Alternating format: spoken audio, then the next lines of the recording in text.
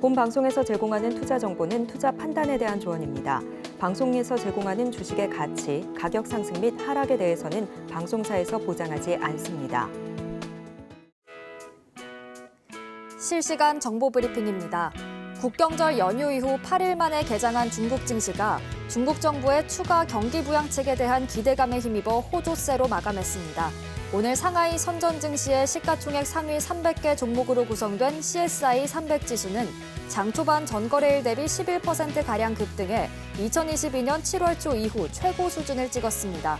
상하이 종합지수와 선전 종합지수 역시 장 초반 각각 10%, 13%씩 오른 채 출발했지만 각각 4.59%, 8.89%로 상승분을 일부 반납하며 거래를 마쳤습니다. 반도체 등 IT 분야의 수출 호조에 힘입어 우리나라 경상수지가 4개월 연속 흑자 기조를 이어갔습니다. 한국은행이 오늘 발표한 국제수지 잠정 통계에 따르면 8월 경상수지는 8조 8,900억 원 흑자로 집계됐습니다. 한은 관계자는 AI 투자 수요가 지속하고 있고 중국의 경기 부양 노력 등 투자 관련 움직임을 보면 경상수지의 양호한 흐름은 계속 이어질 것이라고 전망했습니다. 글로벌 에너지 공룡들이 친환경 에너지 전환을 늦추는 한편 화석 연료로 회귀하고 있습니다. 현지 시간 7일 로이터 통신에 따르면 영국 최대 에너지 기업인 브리티시 페트롤리엄은 2030년까지 석유 가스 생산량을 대폭 줄이겠다는 계획을 철회했습니다. 고금리와 중동 전쟁 등 정세 불안까지 겹치며 불확실한 미래 산업보다는 당장의 먹거리를 확보하는 쪽으로 선회했다는 분석이 나옵니다. 오늘 한국, 일본, 대만, 홍콩 등 아시아 주요 증시가 약세 마감한 미국 증시의 영향을 받아 일제히 하락한 반면 중국 본토 증시만 나홀로 랠리를 펼쳤는데요. 장 초반의 기세에 비해 한풀 꺾인 채 거래를 마쳤습니다. 이는 중국 정부의 부양책이 실질적 행동 없이 끝날 수도 있다는 우려가 커졌기 때문으로 분석됩니다. 전문가들도 중국이 부양책을 실제 자금으로 뒷받침할 때까지 지켜봐야 한다며 신중론을 주문했으니까요. 이 점도 참고해 보시길 바라겠습니다.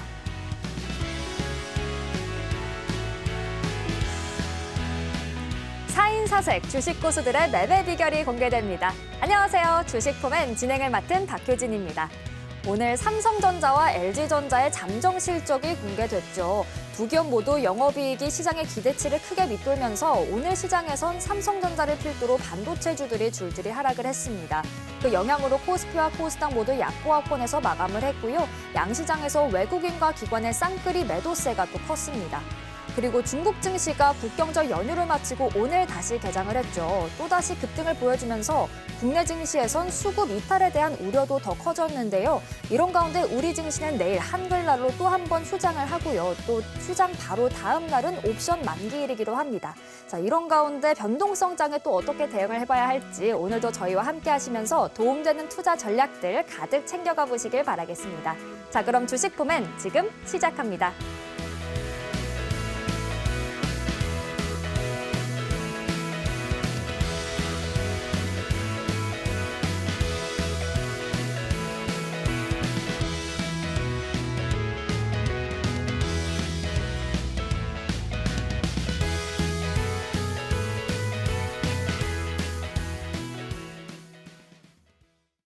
먼저 오늘 시장 분석 도와주실 전문가님부터 바로 모셔보도록 하겠습니다. 장자방 전문가님 나와 계십니다. 어서 오세요. 안녕하세요. 네, 전문가님 오랜만에 또 함께 해주고 계신데 네. 일단 오늘 시장 삼성전자의 어닝 쇼크를 버티지 못했다 이런 이야기가 나오더라고요. 오늘 장 어떻게 보셨는지 이야기해 주실까요? 우리가 기사를 이렇게 전문용어로 얘기합니다. 이혈령, 비혈령이라고 하죠. 귀에 걸면 귀걸이고 코에 걸면 코걸입니다.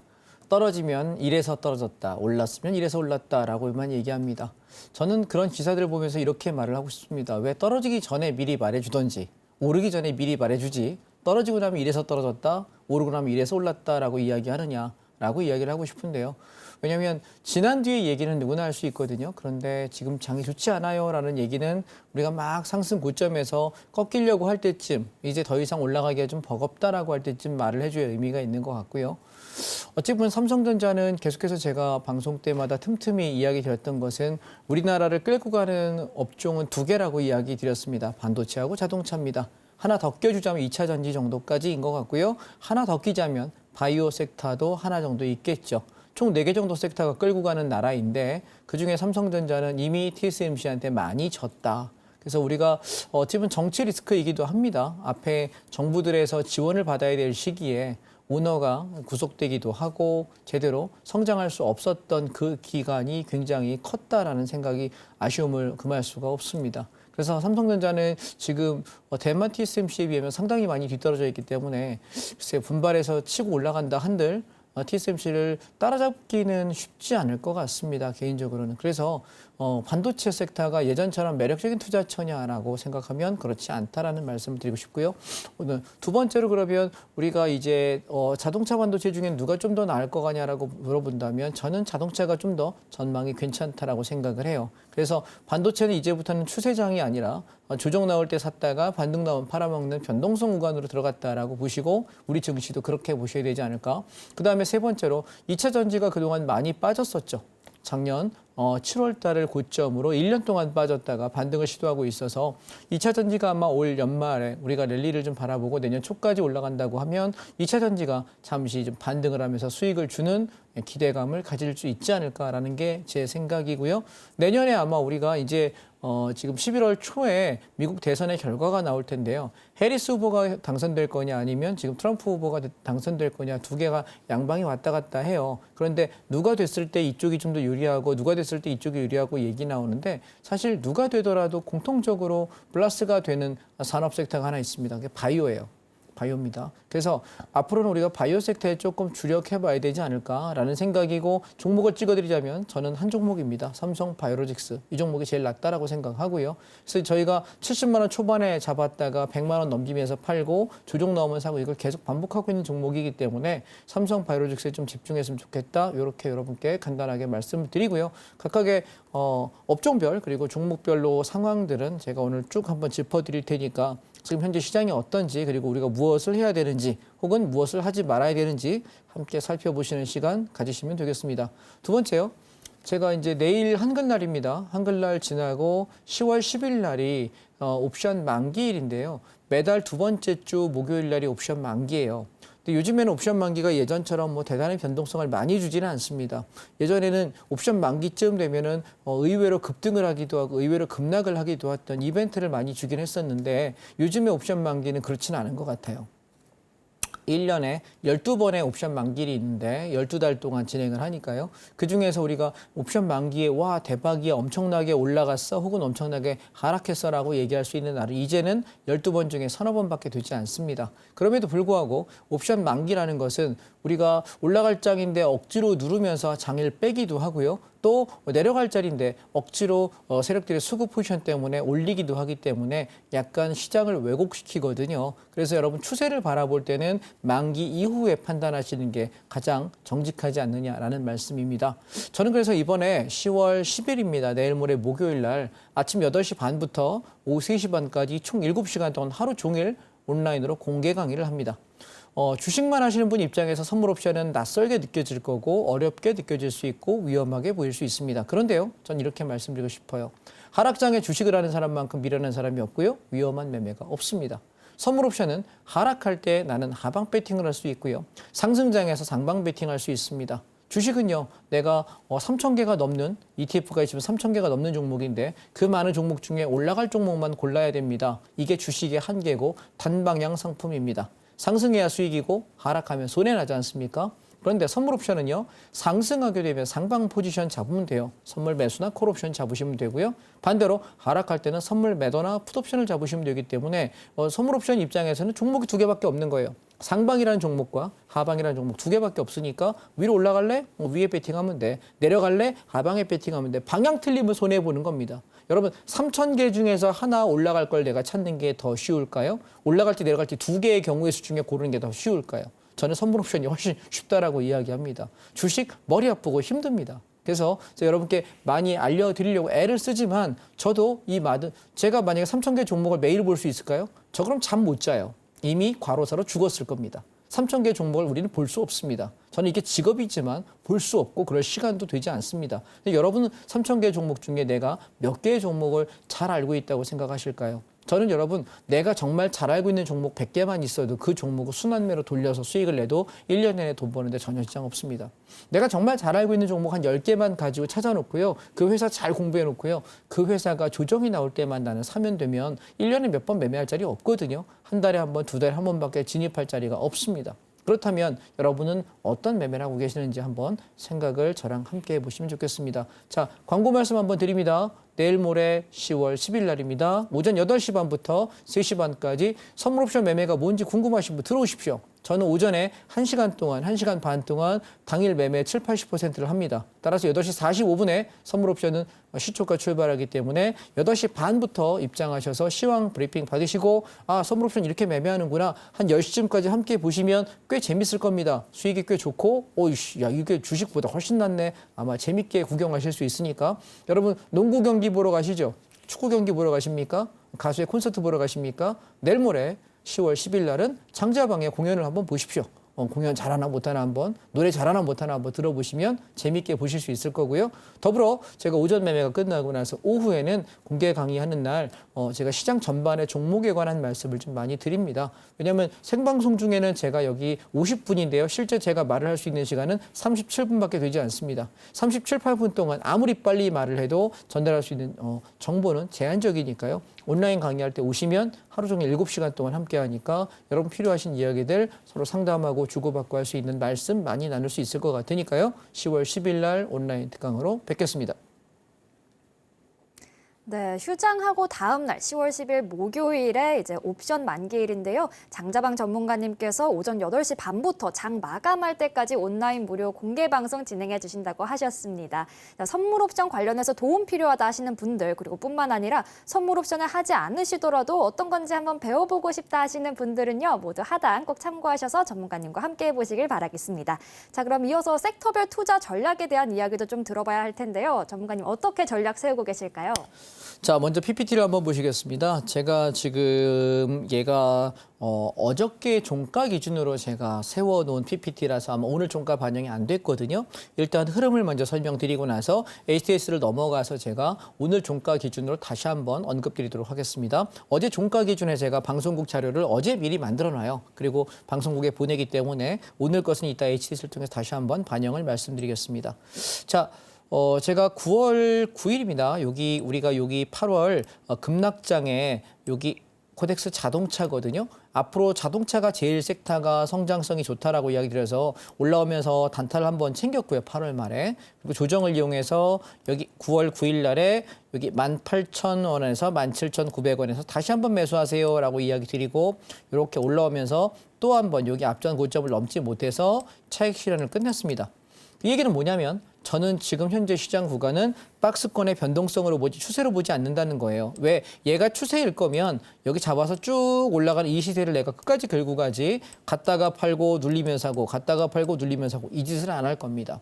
저는 어떤 생각을 하는 거냐면 예전에도 여러분께 시황을 계속해서 8월 달, 9월 달 내내 드렸습니다만 10월 말에서 11월 초에 미국 대선에 대한 리스크가 시장의 변동성으로 반영될 때 아마 좀 하락을 하지 않을까라고 생각한다. 그러니 그 전까지는 단타만 치다가 내가 만약에 길게 끌고 갈 거면 10월 말에서 11월 초에 장이 빠질 때 그때 싸게 사가지고 11월 달 한 달 동안 혹은 12월 중순 정도까지 들고 가서 수익 내는 게 제일 좋겠다라고 말씀드렸지 않습니까? 그래서 지금 저는 계속 변동성으로서의 단타의 대응인 것이지 추세로 잡아서 주식을 살 만한 자리가 없다라고 생각합니다.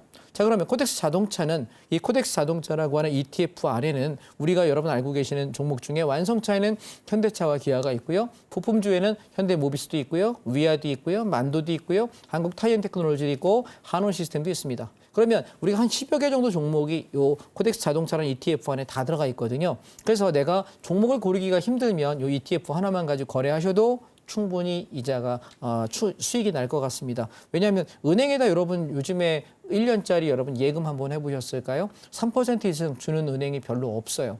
거기다 이자소득세 15.4% 떼고 나면 시중 4대 은행 중에는 내가 2.5%에서 2.7%밖에 이자가 되지 않습니다. 그런데 여러분 1년 동안 맡겨놔야 그 돈 주거든요. 근데 내가 1년 내내 기다렸다가 요 ETF 가지고 내가 5% 10% 수익 못 낼까요? 20% 30% 못 낼까요? 은행 이자보다 훨씬 더 안전하고 좋습니다. 자리만 보실 줄 알면. 그래서 저는 이 종목은 이렇게 한번 차익 실현했고 그다음에 다음 타이밍을 기다리고 있다라고 말씀드리고요. 그럼 나이가 개별주를 한다고 들면 저는 이번에는 개별주가 만약에 현대와 기아 중에는 현대차가 좀 더 낫다라고 생각합니다. 그래서 주종 시에 만약에 완성차 하시는 분은 현대차를 추천합니다. 자, 보시면 현대위아라고 하는 부품주입니다. 얘는 이렇게 떨어졌다가 반등할 때 저희 여기 단타 한번 했고요. 내려올 때 여기 보시면 앞전 1번 저점보다 2번 저점이 높습니다. 우리가 쌍바닥을 이야기할 때 짝꿍댕이를 얘기할 때 왼쪽 궁뎅이보다 오른쪽 궁뎅이가 살짝 이렇게 들리는 거. 이게 제일 예쁘거든요. 그래서 저는 여기 사가지고 올라오면서 9월 말에 여기서 털고 일단 대기 그리고 지금 다시 한번 내려올 때 또 한 번 살 기회를 누리고 있다. 그러니 요 현대위아라는 종목을 여러분이 준비하고 계시다. 조정 나올 때 사시면 좋겠다. 연말 장세 바라볼 때 저는 부품주 중에 되게 괜찮은 종목이 현대위아라고 생각합니다. 두 번째는요. 만도입니다. 자, 만도와 위아의 차이가 뭐냐면 여기 한번 보실까요? 자, 우리 앵커님 차트 한번 보시죠. 보시면 여기 1번이 저점이 여기예요. 그리고 이렇게 올랐다가 눌러줍니다. 2번이에요. 자, 그러면 얘는 지금 저점이 1번이 높아요? 2번이 높아요? 2번이 조금 더 2번이 높죠. 네. 그리고 나서 시장이 여기 보시면 앞전 고점은 아직 돌파하지 못한 박스권 하단에 있어요. 그죠? 네. 이게 위아입니다. 시청자 여러분 잘 보세요. 그런데 요 다음 종목을 보세요. 만도를 보시게 되면 얘는 떨어졌다가 반등을 시도하는데 아까보다 반등력이 더 약해요. 그리고 떨어질 때 자, 1번 저점과 2번 저점이 있습니다. 2번 저점이 높아요, 낮아요? 더 낮아요. 더 낮죠. 네. 그러면 보통 이런 놈이 반등할 때 앞에 가격보다 힘을 좀 별로 없을 가능성이 높아요. 일반적으로. 그런데 얘는 특이한 게 뭐냐면 이 고점을 뚫어버렸어요.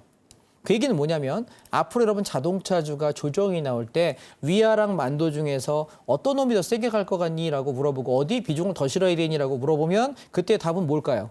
만도예요? 만도죠. 위아예요? 만도요. 역시 잘 찍습니다.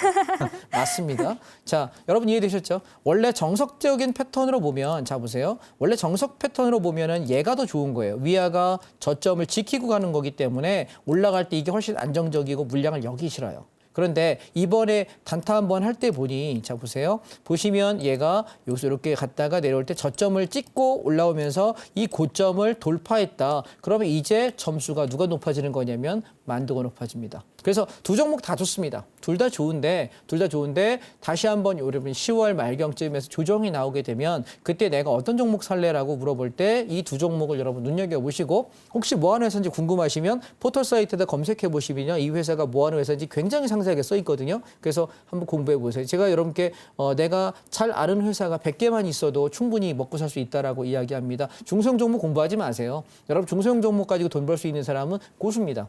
이 방송 안 보셔도 되는 분이고 그분은 굳이 저한테 말씀 드릴 이유가 없는 분들이고요. 저는 이 방송을 들으시는 시청자분들은 초심자거나 중수 정도급 정도까지라고 생각해요. 중고수급 레벨에서 굳이 방송을 보실 이유 없어요. 그 시간에 주무시고 본인이 레포트 읽고 공부하실 시간이 없지 방송 보실 시간 없거든요. 그래서 우리가 초급자, 중급자에게 가장 좋은 말씀은 이렇게 안정적인 종목 가지고 수익 내는 거예요. 여기 보시면 얘가 올라올 때 빵 갔다가 조정받고 빵 갔다 조정받고 이러고 나서 지지지지 흘러내렸다가 다시 올라가는 거거든요. 그래서 저는 이 만도는 목표가를 여기 45,000원에서 5만 원 여기까지는 무난하지 않을까라고 생각을 해서 조정 시에 다시 한번 매수 관점에서 접근하기에 좋은 종목이다라는 생각이고요. 현대위아 같은 경우도 앞전 고점 61,700원이거든요. 그래서 얘는 58,000원에서 6만 원 여기까지 바라보시고 조정 시마다 매수를 모아가는 관점 그리고 아마 빠르면 연말 늦으면 내년 초 정도에는 이 고점을 터치하거나 돌파하지 않을까라고 생각합니다. 그래서 좀 안정적인 종목으로 보시기에는 요 현대차와 현대위아와 그다음에 HL 만도 요 두 개를 좀 보시면 되겠습니다. 발음이 좀 꼬이네요. 네. 그다음 두 번째 보겠습니다. 코덱스 반도체입니다. 우리가 반도체 왕국이라고 이야기할 만큼 하이닉스 반도체도 있고요, 뭐 한미 반도체도 있고요, 삼성전자도 있고요. 그런데 외국인 입장에서 한국을 바라볼 때 코리아, 사우스 코리아 그러면 어디? 삼성이 제일 먼저입니다. 삼성. 근데 그게 삼성은 뭐냐면 삼성전자거든요. 근데 삼성전자는 우리는 반도체 회사라고 알고 있는 분은 주식을 모르는 분일 거고요. 반도체, IT, 전기전자 업종입니다. 가전제품도 팔죠. 핸드폰도 팔죠. 애니콜 뭐 유명하죠. 그리고 우리가 또 반도체도 갔죠. 그래서 어찌 보면 이 3파장의 사업 분야를 다 가지고 있는 게 삼성전자입니다. 그래서 반도체가 좀 죽서더라도 가전하고 핸드폰 팔아가지고 버티는 회사이기도 하고요. 우리나라의 제일 시총 1위 기업이고 가장 우리나라를 끌고 가고 있는 전 세계에 한국 그러면 얘기할 수 있는 브랜드가 가장 강한 기업이기도 하죠. 굉장히 자랑스러운 기업인데 문제는 제가 아까 뭐 말씀드렸지만 방송에서 말씀드리기 저도 부담스러워서요. 사실은 약간 정치 리스크였다라고 생각합니다. 앞전 정부에서 삼성의 오너가 구속됨으로 인해 가지고 한참 치고 나가면서 성장해야 될 때에 오너가 옥중에서 경영을 아무리 해도 개발을 하고 투자를 하고 공격적인 걸 내 몸이 괴로운데 하기는 쉽지 않거든요. 그래서 어찌 보면 그로 인해서 한참 공격적인 개발 투자가 이루어져야 될 때 그게 걸려 있었고 또 앞전 선대 회장이 돌아가시면서 상속세가 거의 어마무시하죠. 여러분 이렇게 생각해 보세요. 내가 10억을 내가 물려받을 수 있는 상속을 받아야 되는데 정부에서 5억을 달래요. 근데 그 10억이라는 상속 자금은 내 부모님이 열심히 일해서 소득세 냈고 가꾼세 냈고 주민세 냈고 취득할 때 취득세 냈고 보유 중에 보유세 냈고 그다음에 팔 때 양도세 냈고 모든 세금을 다 낸 돈이에요. 그런데 자식에게 물려주려니까 정부가 반을 달래. 상속세가 전 세계에서 OECD 국가 중에 제일 높아요, 우리나라가. 그래서 어찌 보면 거기에다가 주식을 상속받을 때는 우리가 일정 지분 이상 갖고 있는 사람은 50%가 아니라 60%의 세금을 내야 되거든요.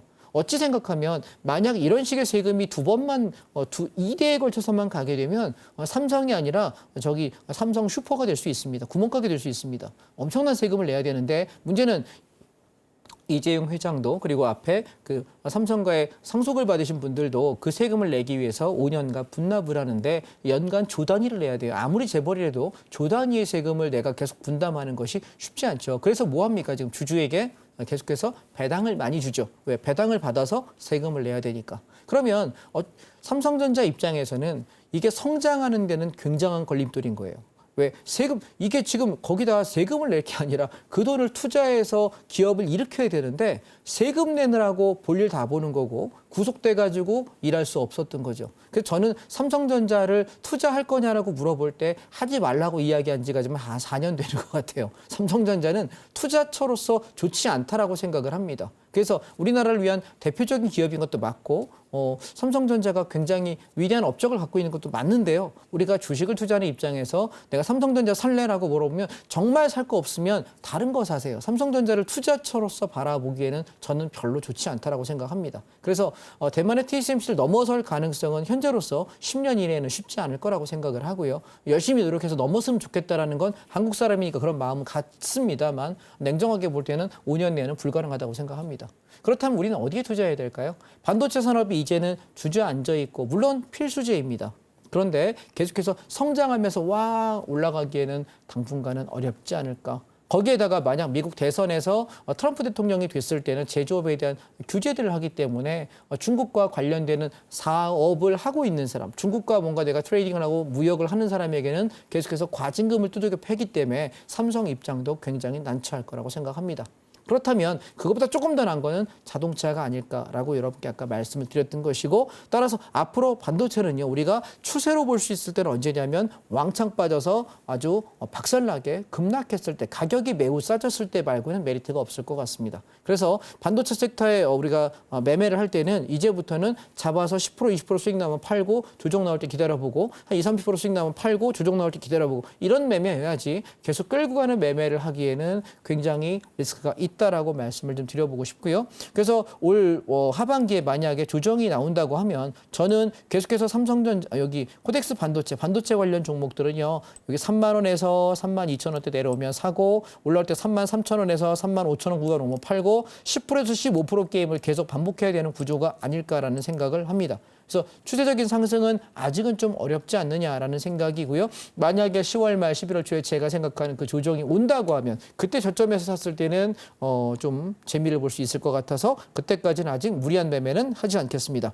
대표 종목이 뭐냐라고 물어보면은 저는 우리나라의 삼성전자가 아닌 하이닉스라고 말씀을 드리고 싶습니다. 왜냐하면 반도체만 만드는 사업 중에 제일 센 놈이 이거니까요. 우리 지난번에 반도체 하이닉스 보시면 어제 어땠어요? 종가에 6.2%까지 급등을 했거든요. 오늘 하락을 했지만 그래서 이렇게 저점 잡아서 여기 바닥자리 여기 잡아서 올라올 때 이렇게 올라오면서 우리가 차익 실현할 기회를 주는 왜냐하면 15만 원, 16만 원에 샀기 때문에 내가 올라올 때 18만 원대 팔면은 10%에서 15% 버는데 전혀 시장 없잖아요. 앞으로 여러분 반도체 주식은 이런 식으로 떨어질 때 바닥 잡히고 올라올 때 바닥에서 내가 매수해서 10%, 15%, 20% 수익 나면 팔아먹고 나오고 다시 조정을 한 달이고 두 달을 기다렸다가 들어가는 이런 매매가 저는 좋겠다라고 여러분께 권유드리고 싶고요. 그다음에 한미반도체입니다.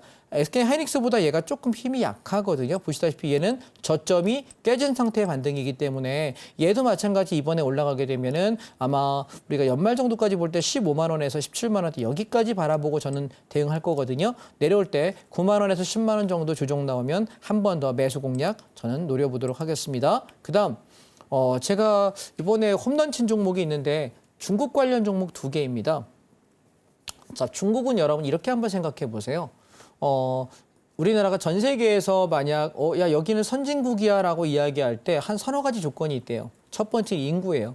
인구가 최소한 1억 5천만 명 이상은 돼야 된답니다. 이게 첫 번째 조건이고요. 그런데 중국은 어떠냐면 전 세계 인구의 2등이에요. 쭉 1등, 15억, 16억 인구니까 쭉 1등 하다가 인도한테 밀렸거든요. 재작년인가 밀렸던 걸로 기억합니다. 아마 코로나 때 사망자가 좀 더 많았던 것 같습니다. 그러면 인구가 전 세계 1, 2등을 다툽니다. 인구에서는 뭐 거의 짱 먹는 나라니까요. 두 번째는 뭐냐면 기술력입니다. 근데 지금 중국을 우리가 무시하고 야 메이드 인 차이나 그러면 싸구려 갖다 버려 고장나 생각하잖아요. 근데 한국에 들어오는 메이드 인 차이나는 제일 싸구려예요.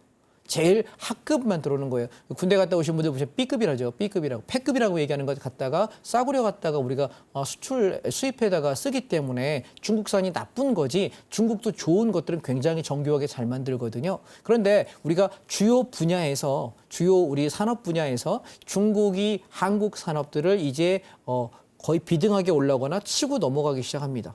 그렇다면 생각해 보세요. 인구 되게 많아.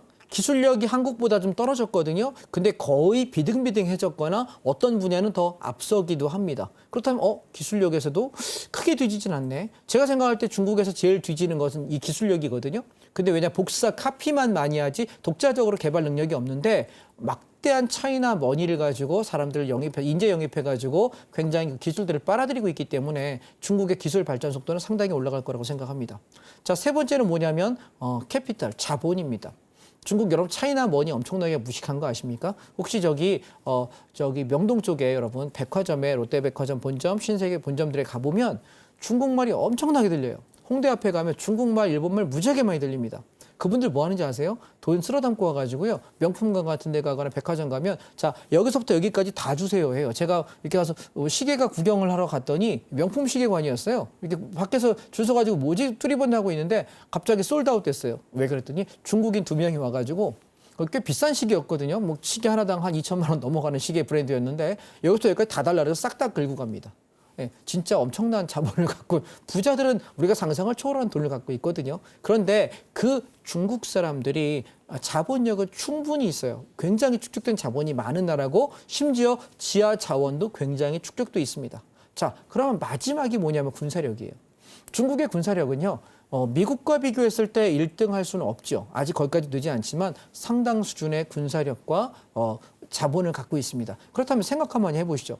4개가 선진국을 얘기하는 지표인데 이 중에 중국이 조금 모자르는 건 뭐냐면 군사력하고요. 그다음에 기술입니다. 자본하고 인구는 이미 미국을 뛰어넘었습니다. 그래서 계속 미국이 견제하는 이유는 뭐냐면 중국이 성장해서 지금 넘버 2, 넘버 3 왔다 갔다 하니까 얘가 치고 올라오면 어려우니까 성장하는 걸 밟는 거예요. 자, 그럼 여기서 한번 뒤집어 생각해 보겠습니다. 제가 감정적으로 중국을 좋아하는 건 아닙니다. 오해하지 마십시오. 짜장면을 좋아하지만 별로 중국을 좋아하지는 않습니다. 그런데 투자자 관점에서 바라볼 때 중국은 굉장히 우하락하고 있는 건 이유가 뭐냐면 제일 마이너스 이유는 사회주의예요. 공산주의 국가입니다. 사회주의 국가이다 보니까 자본주의 시스템에 대해서 우리가 신뢰할 수가 없습니다. 중국에 내가 공장을 세웠는데요. 투자해가지고 막 수익을 내고 싶어. 근데 갑자기 공산당이 싹 다 걷어가가지고 야 나가. 아니면 죽여. 아니면 가둬. 저리 가 빼서. 이렇게 말이 안 되는 이야기들을 할 수 있는 게 공산주의 국가거든요. 그래서 그 사회 시스템에 대한 우리가 뭐랄까 신뢰가 좀 떨어지기 때문에 중국에 대해서 굉장히 신뢰하고 투자하기가 좀 꺼려지는 것뿐이지 중국이 성장하는 잠재력을 놓고 보면 선진국 반열 안에 있는 나라고요. 이미 세계에서 7손가락 안에 들어가는 국력을 가진 나라입니다. 그러면 제가 한번 되짚어서 여쭤보겠습니다. 그런 나라인데 시장이 계속 상승했던 이 급등장을 올해 5월달, 6월달, 7월달까지 전 세계 증시가 다 올랐죠. 7월 이후에 미국장 빠지고 급락하면서 소강 상태가 되고 좀 변동을 하고 있는 거지 7월까지는 계속 급등이었거든요. 5월까지는 말할 것도 없고요. 그런데 그 과정 안에 중국만 못 올랐습니다. 그러면 이게 납득이 될까요? 차이나 리스크? 그래 정치적으로 공산주의 국가인 거 알겠어. 그리고 니네들 뭐 뺏는 거 알겠고 신뢰가 없는 것도 알겠고 니네 나라 뭐 자꾸 모방하는 것도 알겠어. 그런데 그 나라의 성장성과 국력과 그 자본의 캐피탈에 이렇게 쌓여가는 자본의 축적을 우리가 부정할 수 있습니까? 저는 아니라고 생각합니다. 그렇다면 한국보다 그러니까 어쩌면 전 세계에서 중국과 일본의 성장성과 경제적 가치를 무시하는 인정하지 않는 유일한 국가가 대한민국이랍니다. 저도 한국 사람이지만 이건 사실 좀 시정할 부분이에요. 우리나라보다 자본도 훨씬 많습니다. 인구도 많습니다. 기술력이 일정 부분은 우리가 앞서겠지만 우리나라보다 더 앞서거나 비등하거나 더 비교 우위에 있는 나라는 중국입니다. 그렇다면 한국 증시보다 중국이 더 떨어져 있다? 그럼 여러분은 한국 증시와 중국 증시 중에 누구 선택하실래요? 당연히 전 중국이라고 생각합니다. 이해하시겠습니까? 오케이? 왜? 저평가되어 있는 것만큼 좋은 주식은 없습니다. 저는 그래서 여러분께 차이나 H 레버지라고 하는 이 종목을 왜 이렇게 그토록 강조 말씀을 드렸냐면 저희가 여기 1990원 찍고 여기 다 팔았거든요. 올 초에 사가지고 굉장히 대박이 났던 종목이었는데 이후에 몇 달 동안 가만히 내비뒀어요. 가만히 내비뒀다가 여기 저점을 찍고 반등할 때 그냥 구경하고 있다가 눌릴 때 오케이 여기 1번 저점, 2번 저점 쌍바닥 찍었다. 그래서 1,500원부터 1,600원 구간 매수. 말씀을 드렸고요. 그리고 1,650원 돌파될 때 앞전 고점 돌파니까 따라가라. 만약 없는 사람은 1,700원이라도 따라가라라고 말씀드렸습니다. 근데 얼마 찍었나요? 저점에서부터 생각하면은 2배가 넘게 수익이 났고요. 저희가 쌍바닥 자리 잡은 자리에서부터 움직이면은 약 70% 정도 수익 났습니다. 그래서 저희가 그저께 요날이요. 요날 여기 아래 꼬리 길게 단 날에 다 팔았거든요. 좀 더 올라가서 좀 짜증이 났죠. 왜? 팔고 났더니 5% 올랐으니까. 근데 오늘 떨어지더라고요. 잘 팔았다 생각합니다. 어차피 고점을 파는 것은 신의 영역이고 운의 영역이지 이것이 어떤 실력의 영역이라고 생각하지는 않습니다. 그래서 저는 여기 2,700원대에서 다 판 걸로 충분히 만족하고요. 다시 한번 조정이 나온다면 또 한번 사겠다 말씀 여러분께 드리고 싶습니다. 자. 중국에 대해서 다시 한번 생각해 보십시오. 우리가 한국 사람이니까 한국 증시가 좋다라고 생각하지만 정말 좋으냐? 아니라고. 그렇지 않아요. 그래서 오히려 앞으로 성장성이 좋은데 상당히 많이 빠진 것, 그래서 싸진 것, 이게 저는 제일 좋은 우리가 매수 동기가 아닐까라고 말씀을 드리고 싶고요. 그다음에 다음 종목 보시면 차이나 전기차라고 하는 종목입니다. 이 종목은 ETF인데요. 종목 코드 371460입니다. 자, 이 종목도 마찬가지 우리가 올 초에 굉장히 수익을 많이 내고 나서 정리하고 한동안 기다렸던 종목이에요. 여기서부터 쭉 빠져서 몇 달 동안 빠졌죠. 근데 보시면 여러분 제일 좋은 게 뭐라고요? 빠질 만큼 빠져서 정말 바닥을 완전히 박살내는 정말 싼 종목이 좋은 거거든요. 그래서 8월 달부터 지켜보고 있다가 9월 달에 올라올 때 6,500원에 7,000원 횡보할 때 이 자리에서 매수하자라고 이야기하고 없는 사람은요 물어보시길래 7,000원에 따라가세요 했는데 이날 장대 양봉친 날 있죠. 이날 수익이 7% 8% 오른 날이에요. 종가라도 사라고 얘기했습니다. 얼마 갔나요? 빠바바바방 올라가서 10,000원을 찍어버리네요. 그래서 저희는 다 팔았습니다. 지금은 없습니다. 차익 실현 끝냈습니다. 자, 제가 드리고 싶은 얘기는 뭐냐면 제가 이 종목을 예를 드는 건 뭐냐면 이 종목은요 여러분 차이나 전기차라는 건 뭐냐면 중국 주식인데 어디에 상장된 거냐면 미국에 상장되어 있어요. 나스닥에 상장되어 있는 중국의 전기차 관련 회사들이에요. 그러면 얘는 중국 기업이지만 실제 상장돼서 움직이는 것은 미국 나스닥에서 움직이기 때문에 전 세계에서 전부 다 거래가 가능한 종목입니다. 따라서 굉장히 안정성이 높다라고 보고 중국 본토 주식이 아닙니다. 그리고 이 ETF는 그걸 추종하는 것이고. 그런데 뭐가 장점이냐면 얘는 내재 가치가 앞으로 전기차 끝났습니까? 안 끝났어요. 전기차 이제 출발했고 이제 우리가 10대 중에서 한두 대 정도 전기차 이제 보이죠. 눈에 보입니다. 얘가 전기차를 더 이상 사지 말아야 되고 다 팔아야 될 때가 언제냐면 자동차 길 가는 자동차가 10대가 있는데 그중에서 한 4-5대 정도 전기차 보이면 그때 이제 더 이상 전기차 사시면 안 돼요. ETF. 왜냐하면 그때는 충분히 보급되기 때문에 성장성이 없기 때문에 주가는 끝난 거예요. 이해하셨나요? 안 보일 때 사면은 올라가는 과정이 너무 어렵지만 보이기 시작할 때 사서 얘가 그래 도로에 한 절반 가까이 이제 찼어. 그쯤 되면 팔아야 될 시기거든요. 그래서 저는 이 종목은 조정이 나올 때마다 사고 올라갈 때 파는 종목이라고 생각하고요. 계속해서 몇 달 동안 떨어지는 이 과정 안에 기다려 하다가 조정 나왔을 때 충분히 자 저점 확인하고 이렇게 반등하는 거 확인하고 들어가도 요 자리 들어가도 충분히 수익률이 40% 이상 나와요. 충분합니다. 그래서 여러분께 말씀드리고 싶은 건 제가 주식을 말씀을 잘 안 드려요. 여러분께 시황을 드리고 정보방에다 글을 드리고 말씀드릴 때도 와서 방송에서 말씀드릴 때도 제가 주식을 매수하는 경우는 한두 달에 한두 번, 한 달에 한 번, 두 번 정도 매수할 기회가 없어요. 그 이상 제 눈에는 안 보이더라고요. 제가 실력이 없어서 그런 것 같습니다. 그래서 저는 그렇게 좀 한 달에 한두 번, 2달에 한 3-4번 정도 내가 매매할 수 있는 그 정도 포인트만 잡으신다면 주식으로 손해보는 과정은 없지 않을까 이렇게 말씀드리고요. 그래서 제일 중요한 건 뭐냐면 우리가 개별 종목보다는 대형 종목, 중소형 종목보다는 대형 종목 위주로 좀 하셨으면 좋겠고 업종 대표주 1등주 위주로 하시고요. 아니면 2등까지만 허용하시고 3등은 좀 건드지 마십시오. 그리고 중소형 종목 건드지 마시고요. 그다음에 업종 섹터별 ETF 위주로 순환매로 돌리시면 이게 한 종목 가지고 내가 30% 50% 벌어서 돈 많이 벌 것 같죠? 아니요. 그렇지 않습니다. 내가 기다렸다가 조정 나오는 종목 사서 어떤 종목은 10%밖에 안 갈 거고 어떤 종목은 20% 갈 거고 어떤 종목은 에이씨 5%밖에 못 먹었다 던져라. 그러다가 어떤 종목 이렇게 40% 50% 나오는 종목이 있겠죠. 그런데 내가 손해 안 나고 꾸준하게 이렇게 이익을 돌리면 내가 1년 정도 지나잖아요. 내 원금 대비 50% 이상 돈 못 벌면은 그건 뭔가 반성을 하셔야 될 거예요. 왜? 10%씩 내가 2개월에 10%씩만 번다고 생각하셔도 1년이면 60%입니다. 3개월에 10%만 수익 낸다고 생각해도 3, 40이 1년에 연간 원금의 40%이거든요. 중요한 건 내가 안전한 자리를 기다려서 매매해야만 내가 그 들어갈 때 비중을 실을 수 있습니다. 여러분 수익을 내실 때 이게 50% 수익 났다, 100% 수익 났다 자랑하는 거 좋아하지 마십시오. 그분들 계좌가 보면 거의 깡통이거나 돈이 없습니다. 왠지 아십니까? 비중 못 실어요. 한 종목에 최소한 우리가 아무리 적게 잡아도 20%, 보통 많으면 30%에서 50%까지 잡을 수 있는 자리여야만 저는 배팅할 수 있다고 생각하거든요. 주식은 그렇게 하셨으면 어떨까라고 말씀을 드리고 싶습니다. 잠시 전하는 말씀 듣고 제가 ATS를 통해서 시장 흐름 다시 한번 설명드리겠습니다. 최근 중국 증시의 흐름을 보면서 관심 가졌던 분들 많이 계실 것 같은데요. 중국 증시와 관련된 ETF 포함해서 전문가님께서 매매 전략 주셨던 종목들의 현재 흐름을 살펴봤습니다. 또 국내 증시에서는 장기적으로 끌고 가는 투자보단 앞으로는 ETF나 대형주 위주로 이제 저점에서 매수하고 올라오면 수익 실현하는 전략이 유효하겠다라고 말씀해 주셨는데요. 오늘 살펴본 종목 중에서도 앞으로 또 조정이 나와줬을 때 저점 매수 기회를 잡을 수 있는 종목들도 있었습니다. 이 종목들 전문가님과 함께 지켜보면서 공략해보고 싶다 하시는 분들은요. 하단 꼭 참고해 보시길 바라겠고요. 또 이번 주 목요일 오전 8시 반부터 진행해 주시는 온라인 무료 공개 방송도 놓치지 마시고 꼭 참여해 보시길 바라겠습니다. 자, 그럼 저희는 이어서 다음 코너 만나보겠습니다.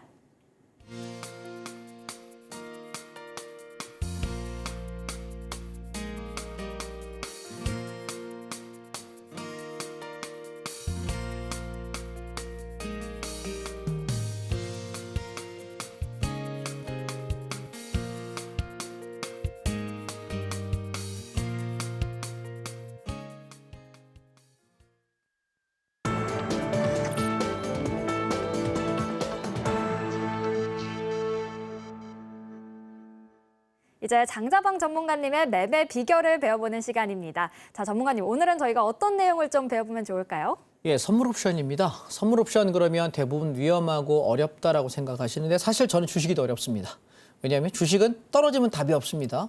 떨어지면 손해나는 수밖에 없고 손절치는 수밖에 없는데 저는 우리가 늘 상승을 맞출 수 있나요? 상승하는 종목을 되게 어려워요. 그래서 저는 내가 상방 잡았는데 어이씨 틀렸네. 그럼 손절 빨리 쳐버리고 하방으로 방향을 바꾸면 수익 나는 옵션이 선물 옵션이 훨씬 낫다라고 생각을 합니다. 자, 예를 들어 보겠습니다. 이 화면을 보시게 되면 여기 기준점 시소가 이렇게 있어요. 시소가 있는데 여기가 콜옵션이라는 게 하나 있고요. 여기 풋옵션이라는 게 있습니다. 콜 C, 풋옵션 P라고 제가 표현하겠습니다. 그러면 둘 중에 무게가 무거운 놈. 만약에 콜옵션이 무게가 무거워서 내려가면 누가 올라갈까요? 풋옵션 얘가 올라갈 거예요. 반대로 풋옵션이 무게가 무거워서 밑으로 내려가면 시소니까 이 반대편에 있는 콜옵션이 올라가겠죠. 저는 콜옵션과 풋옵션은 뭘 말하는 거냐면 주가가 오를 때는 콜옵션이 상승하고요. 주가가 하락할 때는 풋옵션이 올라갑니다. 따라서 우리가 예를 들면 여기 보시면 이게 콜옵션이거든요. 콜옵션이 이렇게 무너지니까 누가 올라오죠? 풋옵션이 가요. 이해되셨죠? 반대로 풋옵션이 더 못 가고 무너지니까 콜옵션이 더 안 빠지고 반등하네요. 이게 상호 대칭 관계거든요. 그래서 옵션에서는 결국 선물 옵션은 뭐만 알면 되냐면 기준점만 알면 돼요. 자, 제가 지우고 다시 설명드려 볼게요. 자, 보시죠. 콜옵션의 기준점은 얼마냐면 이날 아침에 시초가 2.50입니다. 선물 옵션은요. 이렇게 소수점 단위 두째 자리까지 숫자를 부릅니다. 그리고 풋옵션은요. 기준점이 얼마냐면 0.91입니다. 그러면 야, 콜풋 두 개 중에 어떤 놈이 기준점 무너졌니? 라고 물어보니까 콜이 무너졌네. 야, 아까 콜이 무너지면 어떻게 된다고? 하락이라고. 그럼 뭐 사야 될까? 풋옵션 사면 돼. 나 하락 보면 돼. 선물 옵션 보고 손해 난다는 사람은 뭐냐면 흔들릴 때는 손절 칠 수 있어요. 저도 손실 나요. 그런데 중요한 게 흔들다가 방향이 잡혔을 때는 다시 재진입해서 그 방향으로 내가 수익을 내면 되거든요. 그러니까 선물 옵션이 손절을 한 번도 안 할 수 있다? 그럼 불가능해. 그건 거짓말이에요. 근데 내가 선물 옵션으로 매매를 했음에도 불구하고 계속 손실이 누적되고 있다? 그 사람은 뭐가 잘못된 거예요. 왜냐하면 기준점을 내가 인지하고 있다면 그 기준점을 가지고 상방하방의 방향을 잡아서 매매하면 되는 거거든요. 그런데 기준점을 잡는 법을 모르거나 방향성에 대한 흐름을 모르기 때문에 손해가 납니다. 그래서 저는 여러분께 선물 옵션은 되게 재밌는 거다라고 말씀드려보고 싶어요. 자, 사례를 한번 보겠습니다. 바로 얼마 전입니다. 10월 7일이죠. 오늘 며칠이죠? 8일이죠. 어제입니다. 자, 어제 날짜 어땠냐면 장 출발과 동시에 시장이 위에 차트는 선물 5분봉이고요. 위에 여기 왼쪽에 하단에 있는 것이 콜옵션 차트입니다. C라고 표현하겠습니다. 오른쪽에 있는 것이 풋옵션 차트입니다. P라고 표현하겠습니다. 자, 그러면 아침 시작과 동시에 선물이 왕창 빠져요. 만약에 주식이 여러분 빠졌다고 생각하시게 되면 손해날 수밖에 없겠죠. 근데 얘가 빠질 때 우린 뭐 할 수 있냐면 선물을 매도 진입합니다. 그러면 매도라는 건 뭐냐면 주가 공매도랑 똑같아요. 주가가 매도를 때리면 하락하는 폭만큼 여기서 내가 매도해서 이만큼 떨어지면 이 떨어진 폭만큼이 이익입니다. 반대로 상승은 어떻게 해요? 주가가 내가 선물을 매수해서 올라간 폭만큼이 요만큼이 이익이에요. 즉 다시 말해 얘는 방향성이 상방으로 배팅하면 올라간 폭만큼이 이득인 거고 하방으로 배팅하면 내려간 폭만큼의 이득입니다. 이해되셨죠? 어렵지 않습니다. 그러면 우리 장은 주기적으로 하락합니다. 내가 하락에 배팅할 수 있는 이 그림을 갖고 있다면 난 뭐 할 수 있을까요? 아침 시작과 동시에 하방 배팅의 수익을 이만큼 낼 수 있겠죠. 자, 그런데 그러면 뭘 가지고 하방이냐고 알 수 있느냐 보시면 여기요. 아침에 콜옵션 3.50짜리 여기가 수평선 그려놓은 게 3.5인데요. 잘 안 보이실 거예요. 요 가격의 기준점이 무너지니까 나는 뭐해? 하나, 두 폭의 이익이 하방으로 내려갔다. 그럼 나는 그때 뭐 삽니까? 콜이 무너지니까 반대편 사요. 풋옵션 사시면 돼요. 얘가 쭉 치고 올라오면서 바닥에서 2배 정도 이익을 냅니다.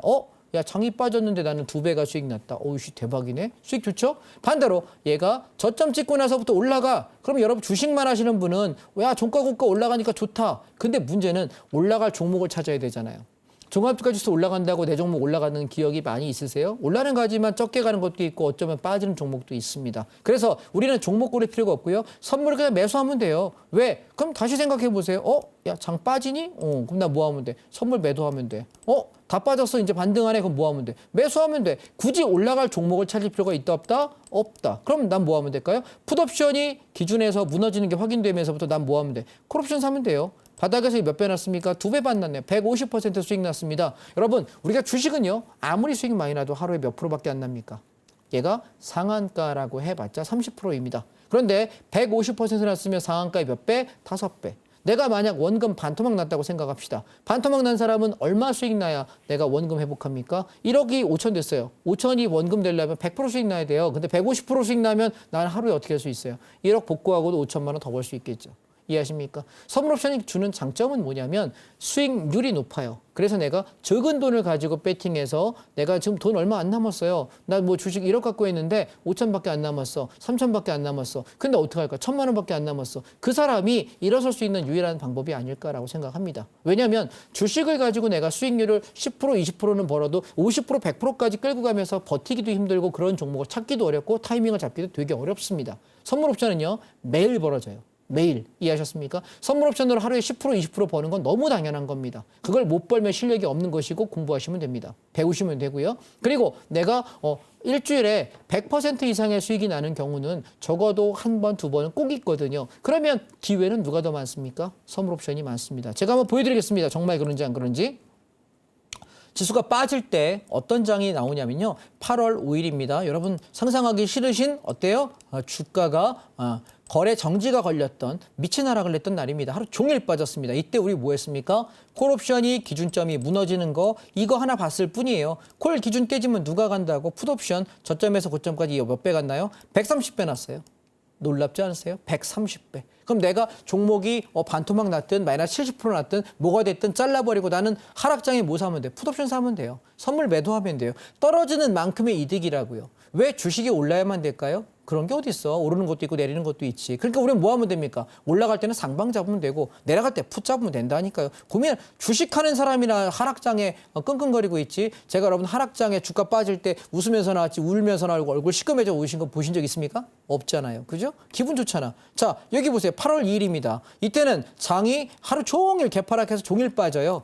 여기 마찬가지 기준점 하나 깨지는 거 보고 들어갔더니 장은 급락하네요. 누구요? 풋옵션 샀더니 얼마요? 쭉 올라가서 이날 하루에 몇 배 나냐면 115배가 났습니다. 여러분 제가 여기 뭐라고 썼네. 우리는 축제인데 선물옵션 할 줄 아는 사람은 장자방의 선물옵션의 시황을 볼 줄 아는 사람은 축제인데 그렇지 않은 여러분들은 어떻게 대응하셨나요? 주식하시는 분들은 곡소리 난 날일 거예요. 물려가지고 박살난 날이고요. 그런데 우리는 뭐합니까? 풋옵션으로 돈을 많이 벌게 됩니다. 이것이 선물옵션의 가장 큰 장점이라고 말씀드리고요. 그러면 자 여기 이날은 어때요? 아침 출발에 올라가는 척했다가 빼면서 계단식 하락합니다. 이럴 때 미치고 환장하거든요. 주식하시는 분들은. 선물옵션은 뭐합니까? 봐봐. 콜옵션 기준 무너졌잖아. 그럼 뭐 해야 돼? 풋 사야지. 저점에서 고점까지 얼마 갔습니까? 계단식 하락을 통해서 300% 났습니다. 여러분 30%만 나도 대박일 판인데 300% 나요. 주가 빠질 때 우리는 웃는다니까요. 근데 선물옵션이 어렵다고요? 잠깐 배워보세요. 한두 달만 배우면 충분합니다. 어렵지 않아요. 모의 투자 한두 달만 해보시면 어렵지 않습니다. 근데 반대로 장이 상승할 때는 어떨까요? 봐봐. 상승장에 주식해야지 암만 생각하십니까? 아니요. 자 보세요. 상승장은 이날 제가 8월 7일 날 제가 공개 방송한 날입니다. 내일 모레 10월 10일 날 제가 공개 방송한다고 이야기 드렸잖아요. 똑같이 7시간 동안 하루 종일 제가 여러분께 공개 강의를 했던 날인데 이날 아침에 동시에 뭐였냐면 시주가부터 상방 잡아서 물량 마음껏 잡아라. 거의 풀베팅 수준을 잡아도 좋다라고 이야기해서 시장이 미친 듯이 올랐고요. 이때 얼마가 올랐냐면 자 풋옵션 기준점이 깨지니까 잘 보세요. 우리는 이거 하나밖에 본 게 없어. 풋옵션 기준 깨지니까 나는 뭐해? 콜옵션 샀어. 그랬더니 몇 배 가냐면 1,500% 갔습니다. 저희가 최저점 잡아 최고점 팔지는 않았기 때문에 저희 수익률이 얼마나 냐면 580% 수익 내드리고 제가 박수 받고 그날 방송을 마쳤습니다. 대단한 수익을 내줬다고 고맙다고. 자 그럼 생각 한번 해보세요. 상승장에서 우리가 어떤 주식을 산들 하루에 1,500% 나는 걸 보실 수가 있을까요? 없잖아요. 얘밖에 없다니까요. 그 다음 7월 5일 보실래요? 이날도 똑같아요. 아침에 장 출발과 동시에 빵 올랐는데 한 2시간 반 만에 얼마가 갔냐면 풋옵션 저가가 무너지는 걸 확인하고 들어갔더니 콜옵션이 바닥에서부터 22배 났습니다. 2200%. 2000%는 못 견딘다 칩시다. 그러면 우리가 20배가 넘게 수익 나는데 2배 못 먹겠어? 3배 못 먹겠습니까? 그럼 여러분 생각 한번 생각해봐요. 계산기 두들겨 보세요. 야 가만히 있어봐. 내가 1억이 있어. 주식으로 50% 먹어야 5천만 원 벌 수 있는데 내가 만약에 1억 중에서 야 1,000만 원만 속는 셈 치고 집어넣어보자. 1,000만 원이 10배 나면 1억이에요. 20배 나면 2억입니다. 뭐가 더 수익이 나을까요? 내가 잃어버리면 내가 배팅한 1,000만 원만 잃어버리면 됩니다. 내가 배팅한 500만 원만 잃어버리면 되고 300만 원만 즉 배팅 금액을 적게 해서 수익률이 높은 거기 때문에 내가 오래 끌고 가서 수익 내기 제일 좋은 것 그게 선물 옵션이다 말씀을 드리겠습니다. 정리해 보겠습니다. 주식은요 올라가야 수익입니다. 떨어지면 손해죠. 근데 선물 옵션은 올라가는 장은 콜 옵션 선물 매수로 떨어지는 장은 풋 옵션 선물 매도로 수익을 낼 수 있다. 양방향 상품 가능하고요. 제가 맨날 얘기하니까 지금 소감만 보신 분들은 또 못 믿더라고요. 그래서 어떻게 했습니까? 내일 모레 10월 10일 날 아침 8시 반부터 3시 반까지 공개 방송 열어드립니다. 7시간 동안 하루 종일 공짜로 여러분께 떠들어드릴 테니까 보시면서 야 이거 진짜 해볼 만하다 생각 한번 해보시는 분들은 배움의 마음을 한번 가져보시면 어떨까 싶습니다. 저는 오늘 여기까지 하고요. 만기 끝나고 다음 주에 올 때는 아마 제가 종목들을 좀 살 종목들을 말씀드릴 수 있을 것 같아요. 조정이 조금 나온 뒤에 좀 싸게 살 수 있는 종목들 다음 주에 여러분께 공유해 드릴 테니까 다음 주에 뵙도록 하겠습니다. 오늘 고생하셨습니다. 감사합니다.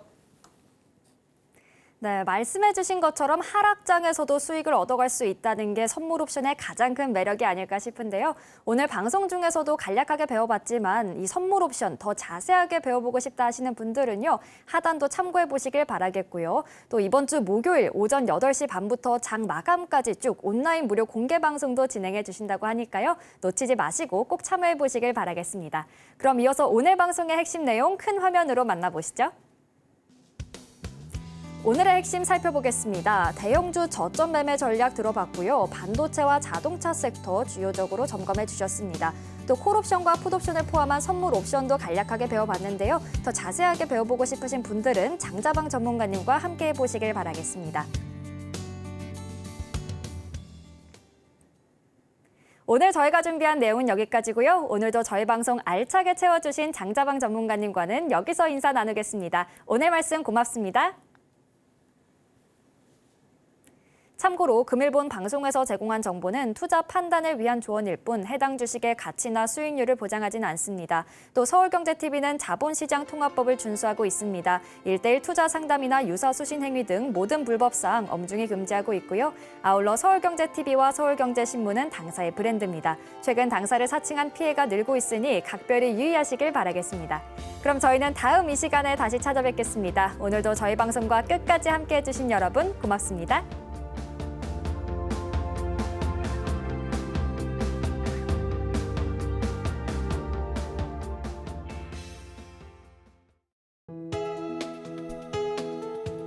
본 방송에서 제공하는 투자 정보는 투자 판단에 대한 조언입니다. 방송에서 제공하는 주식의 가치, 가격 상승 및 하락에 대해서는 방송사에서 보장하지 않습니다.